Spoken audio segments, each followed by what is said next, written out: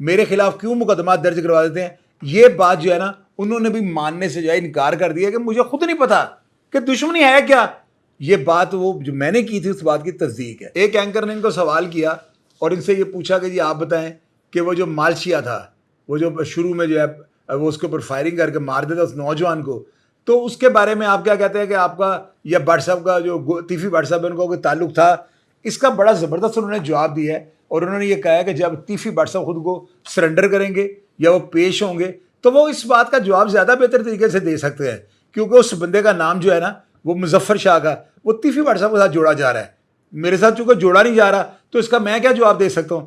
تو یہ میری نظر میں جو ہے نا بڑا معقول اور بڑا مثبت جواب تھا جو انہوں نے دیا ہے. گوگی بٹ صاحب نے یہ بات جو ہے نا کھل کے بتائی ہے کہ فلاں شخص نے جو ہے نا فائرنگ کر کے جو ہے نا حسن شاہ کو مرڈر کیا تھا. یہ جواب جو ہے نا اسی بات کی طرف لے جاتا ہے جو بات آپ کو میں نے آج سے کوئی 4-5 ماہ پہلے ایک پروگرام میں کی, جو ذرائع سے مجھے خبر ملی تھی, اور دیکھ لو اسی بات کی تصدیق ہو رہی ہے. میں نے آپ کو پچھلے پروگرام میں بتایا ہے کہ گوگی بٹ صاحب جو ہے نا یہ جو جے آئی ٹی کی اب تفتیش ہوئی ہے نا, پہلے بھی ایک جے آئی ٹی نے تفتیش کی تھی, لیکن جب وہ تفتیش کی گئی تھی یہ اس وقت مفرور تھے یا سائڈ پہ تھے یا انہوں نے خود کو سرنڈر کرنا مناسب نہیں سمجھا تھا.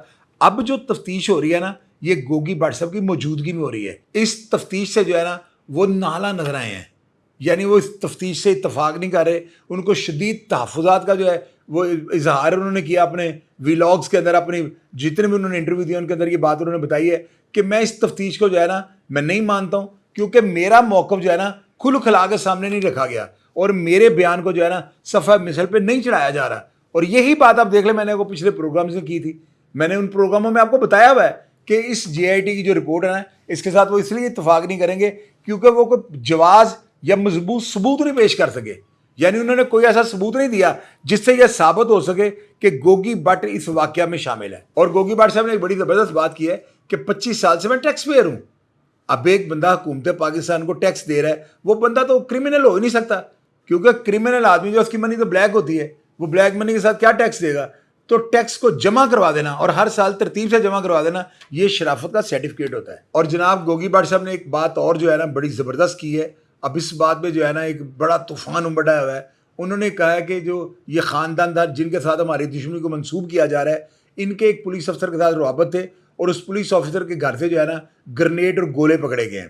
اب یہ جو ہے نا انہوں نے یہ بھی بتایا کہ نولکھے تھانے میں ایف آئی آر درج ہوئی تھی. اب یہ چیز جو ہے نا ایک بڑا بچال بن کے جو ہے نا سوشل میڈیا پہ گردش کر رہی ہے.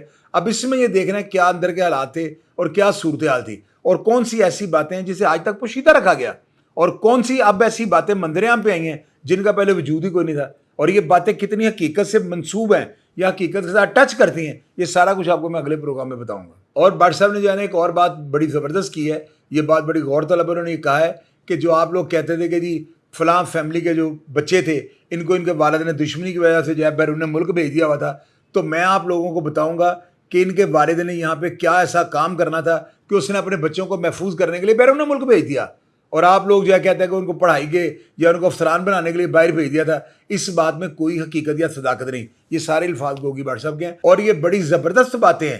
ان باتوں کو میں ضرور کھوج ان کی نکالوں گا اور جو ریئلٹی ہوگی وہ آپ کے سامنے رکھوں گا. اور گوگی بٹ صاحب نے جو ہے نا ایک اور بات جو ہے نا اس کے اوپر سے پردہ اٹھایا ہے. لوگوں کے ذہن میں یہ بات تھی کہ جب لاسٹ ٹائم گوگی بٹ صاحب پکڑے گئے نا تو انہوں نے شاید پولیس مقابلہ کیا ہے. انہوں نے اپنے بیان میں یہ بات کھول کے بتائی ہے. انہوں نے کہا کہ غلام محمود ڈوگر صاحب نے جب مجھے گرفتار کروایا تو صبح مجھے دہشت گردی کورٹ میں جب پیش کیا جاتا ہے تو مجھے پتہ لگتا ہے کہ میں تو رات کو پولیس کے اوپر گولیاں چلاتا رہا ہوں. یعنی یہ انہوں نے ایف آئی آر کا خلاصہ بتایا ہے کہ ایف آئی آر میں یہ مضمون تھا کہ میں نے پولیس کے اوپر فائرنگ کی ہے, پولیس کے ساتھ جو ہاتھا پائی کی ہے, ان کے ساتھ مقابلہ کیا ہے, جس پاداش میں مجھے دہشت گردی کورٹ میں پیش کیا گیا ہے. اور یہ بڑی زبردست بات ہے. لوگ پہلے یہی سمجھ رہے تھے کہ شاید پولیس کے ساتھ ان کا کوئی مقابلہ ہوا ہے, لیکن اس چیز کو جو ہے انہوں نے ماننے سے انکار کر دیا ہے اور حقیقت لوگوں کے سامنے رکھ دی ہے. اور ایک بڑی زبردست چیز منظر عام پہ لاتے ہوئے انہوں نے یہ بتایا ہے کہ میرا اور اس گھر کے جو ہے نا چھوٹے بچے کا کیس سیم ہے, یعنی اس کے اوپر بھی وہی مقدمہ ہے یا اس کے اوپر بھی وہی جرم لگا ہوا ہے جو میرے اوپر ہے. تو وہ جب اپنی انٹرم کے لیے پیش ہوتا تھا تو اس کو پورا شاہی اڑن کٹولا اور شاہی لاہور لشکر کے ساتھ جو ہے پیش کیا جاتا تھا. اس کے ساتھ پولیس کے ڈالے ہوتے تھے, پولیس کی موٹر سائیکلیں ہوتی تھیں, موبائلیں ہوتی تھیں اور بڑے زیادہ سکاڈ یا اس کے گن مین چلتے تھے. جبکہ مجھے صرف 6 گاڑیوں پہ میں جاتا ہوں اور اگر میرے ساتھ کوئی معاملہ اس طرح ہو گیا تو اس کا کون ذمہ دار ہوگا؟ یہ تو زیادتی ہے, کھلا تضاد ہے کہ ایک بندے کو سیم کیس ہوتے ہوئے شاہی پروٹوکول اور دوسری طرف میرے ساتھ ستیلی ماں جیسا سلوک. تو یہ بڑی غور طلب بات ہے. واقعی اگر ان کا کوئی نقصان ہوگا تو کیا حکومت یا جو اسٹیٹ ہے اس کی ذمہ دار بنے گی؟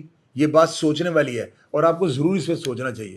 اب ناظرین یہ وہ سوالات تھے جن کے جواب جو ہے نا گوگی بٹ صاحب نے زبردست طریقے سے دیے ہیں.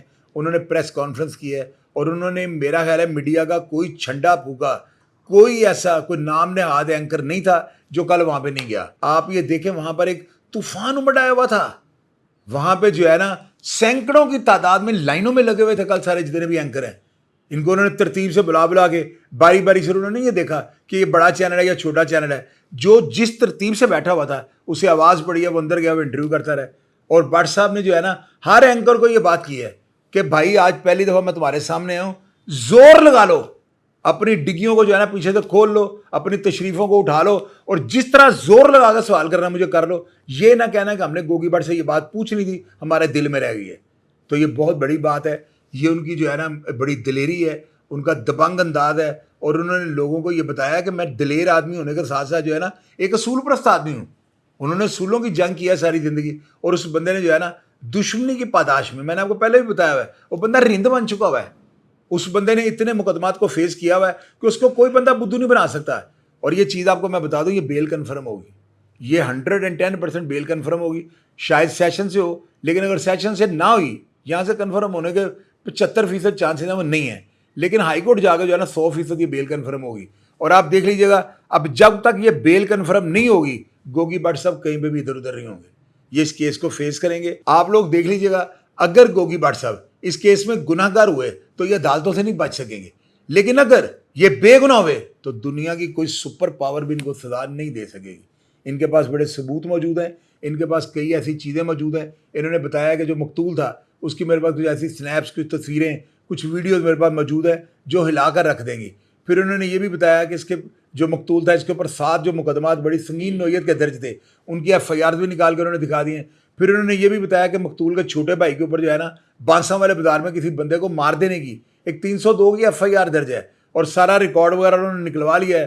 وہ ساری چیزیں وہ منظر عام پہ لائیں گے. اور انہوں نے بتایا کہ میں بتاؤں گا کہ جو لوگ ان کو بڑا مظلوم کہتے تھے نا، اب وہ لوگ ساری حقیقت جاننے کے بعد یقیناً یہ کہیں گے کہ واقعی یہ برابری کی سطح پہ معاملات ہوئے ہیں.